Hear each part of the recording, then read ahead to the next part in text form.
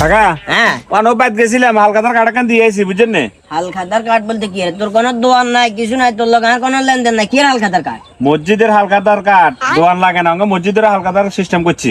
মসজিদের হালখাতা সিস্টেম বলতে নাকি মসজিদে তুমি বাকি করছি নাকি? আজ থেকে 4 বছর আগে যে মসজিদে 20,000 দিয়ে যাবেন কোসেন মাহফিলের সেলিমের নামে টাকা 20,000 না রে তাকবির করাইছেন যে টিয়া 20,000 এই পর্যন্ত তো মসজিদের কাছে দিয়ে যান না টিয়া দিবের ডরে।